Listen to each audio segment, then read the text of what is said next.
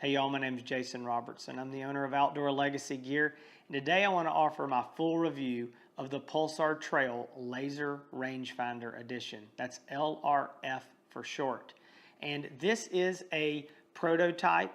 This is not a production unit. As of June 2018, this optic has not been released yet to the public. Hopefully it will be later in the summer, possibly early fall. But this is a prototype, and I've been demoing it for about the last 3 or 4 weeks, and I've got a lot of time in the field with it. So I just want to give you my hands-on review. And one thing I want to point out, I don't know if you can see in the video, but this is all scratched up and it's discolored. The laser rangefinder here on the side, the material that this is made with is not the same material that it will be made when it comes to final production. Again, this is a prototype unit, so it's been scratched up, banged up, and I just don't want you to look at any that you see and think that's what it's going to look like, because it won't. It will be a much more finished product when it is actually on the market. I want to go ahead and clear up a few questions that I keep getting asked. And number one, this is a whole new unit sold together. So what you can't do is take your current Pulsar Trail and add the laser rangefinder to it. The main reason is when these Pulsar Trails were released, this laser rangefinder was not available. So they didn't have any way to create it where this could be added on. So you have to buy a whole new scope if you want to get the laser rangefinder.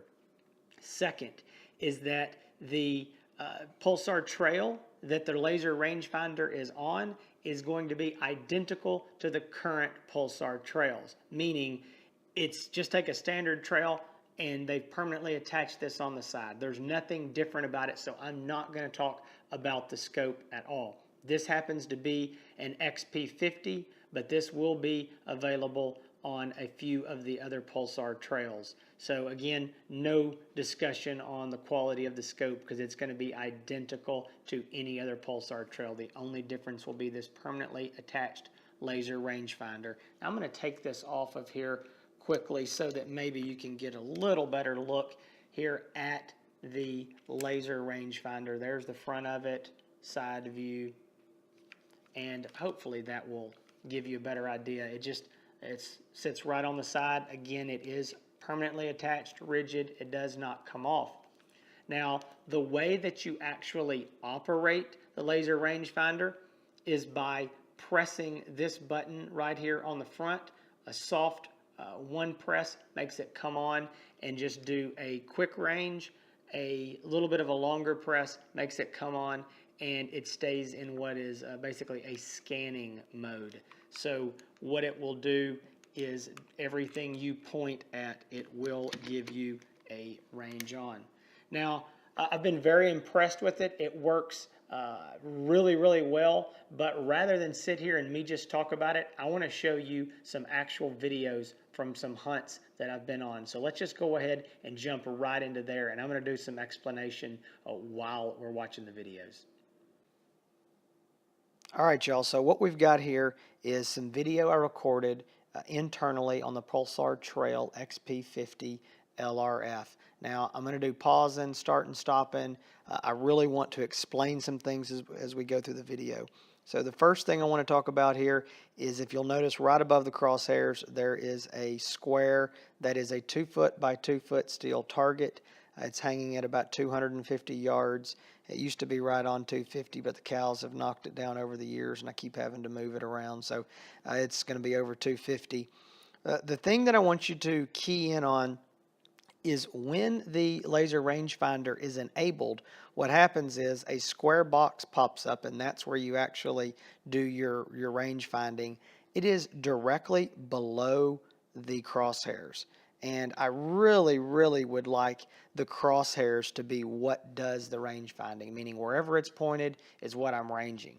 But currently in this prototype, that's not how it works. This is something I would hope they'll change before the final version is released, but we don't know for sure what they're going to do, and that's just pure, hope that they would do something like that. So either way, even if they don't, it's not the end of the world, but I do want to point it out to you. So I'm going to go ahead, we're going to start the video, and I want you to watch look for that square box and where it pops up in relation to the center of the crosshairs. Get ready. Here it comes. All right. See, it's a good bit down.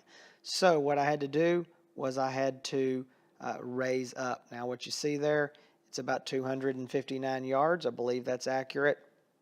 Also, I want you to notice there at the measurement above the yardage, and that is showing you the angle that you're at between you and the target, so that you know what that angle is. And I am pointing downwards here. I'm at an elevated position, so you can see that is in the negative numbers. So just in case you see that up there and wonder what that is, it's showing you the angle. So let's move on. Now we've got an 8-inch by 8-inch square target. It's hanging at 100 yards. It's in very tall grass. I didn't think that I could get a range on it at all, but I was very surprised. You can see here it actually catches on 101 yards, so that's accurate. We've got a tree out here at a known distance. It's about 175 yards. There we go. So that was accurate as well. All right, so stick with me. Let's watch the next video here. Okay, so here's the coyote. We can watch him come running in here. The grass is very tall. Again, it performed very well, better than I thought that it would in these conditions, because, you know, a coyote is small and the grass is tall. 168 yards. Can't complain about that. Looks really good. Also, you might notice here in a minute, over to the left in the foreground, there's 2 deer that are bedded up there pretty close to me, and they did not seem to mind what's going on. All right, so I'm going to cut some of this video out because I just watched this coyote for a little while he sits there. Okay, so now you can see the coyote's moved out to about 214 yards, looks like, and he does some running around, and I'll get some more ranges on him. You can see those deer bedded up there in front of me in the lower right-hand corner. All right, 223. That's a long ways for a coyote in that grass. I was really impressed. I was really surprised it was doing that good, you know, considering the conditions. So again, just gives you an idea. And I think coyote hunters, this is going to be a really, really big deal for them, because it's hard to get a range sometimes, just, you know, guessing out there about how far they are with thermal. So I think it'll be a really big help there. So let's move on. Okay, this is going to be a short clip, but I want you to watch this, and I want you to see why I don't like the separate little box for the range finding. This is a stupid, stupid mistake that I made, but here's the story. I was hunting with a buddy on his place, and I had just gotten this scope in. I had not used it hardly at all, and we went out hunting. We walked down through the woods, this trail. We come out in this little clearing, and right there on top of us is a hog. Again, I'm trying to demo this scope, so I want to get a range on him, test it out. And as I'm doing this, I realize this hog's probably fixing to spook. And he does. Well, we have no choice. My buddy's beside me. He starts shooting. I'm trying to start shooting.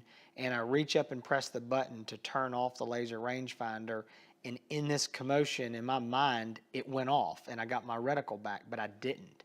And so I literally took 2 shots at this hog using the square laser rangefinder box that is, as you can see, nowhere near the actual center of the crosshairs. And it's embarrassing, but I want you to see this. So watch here. Okay, so there it is. I'm ranging. We're good.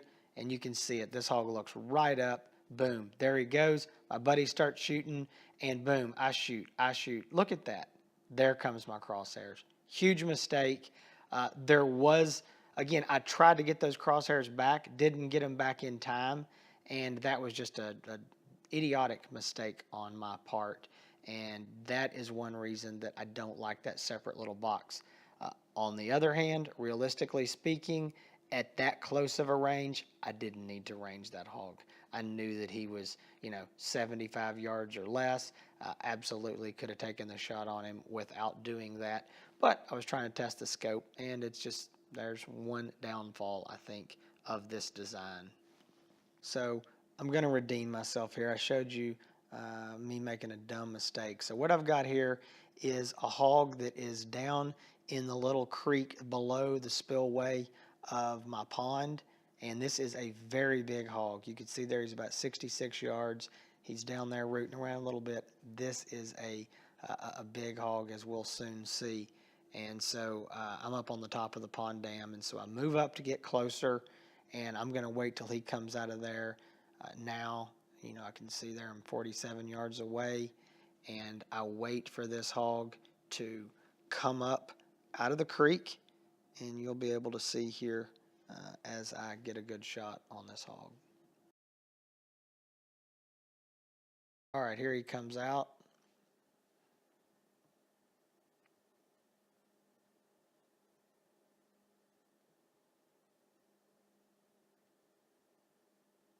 Boom, 300 blackout to the head. He rolls down there. I put a couple more in him for good measure.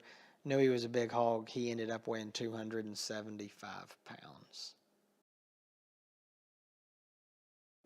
All right, thanks for taking the time to watch the video. I appreciate you sticking with me. I hope it was helpful. Maybe you learned something about the LRFs. The Pulsar trails are extremely popular and they're extremely reliable. And what I like is that Pulsar is adding this LRF to an already known reliable scope. So it's not like this is a whole new package deal. We don't know anything about the quality or the reliability. We do. The trails are great. So they're just adding this rangefinder to an already known great optic.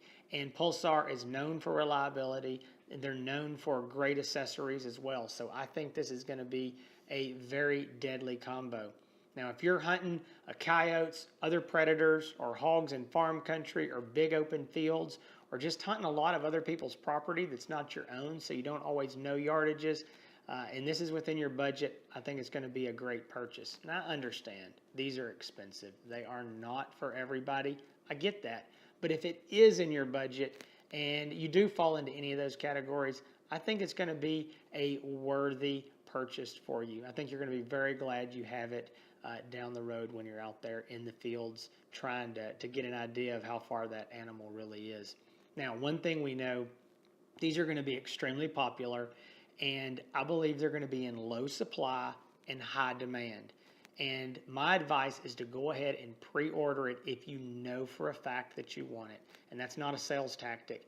I honestly believe these are going to be very hard to get for a long time. So if you know you want it, go ahead and get on the list for one. If you would like to call and ask questions about it or to pre-order one, you can call me 877-350-1818. Again, that's 877-350-1818. If you just have general questions you'd like to leave, you can leave those questions or comments below. There'll be a link to this optic below in the description, and you can always find us at outdoorlegacygear.com. You can also find us on Facebook and Instagram.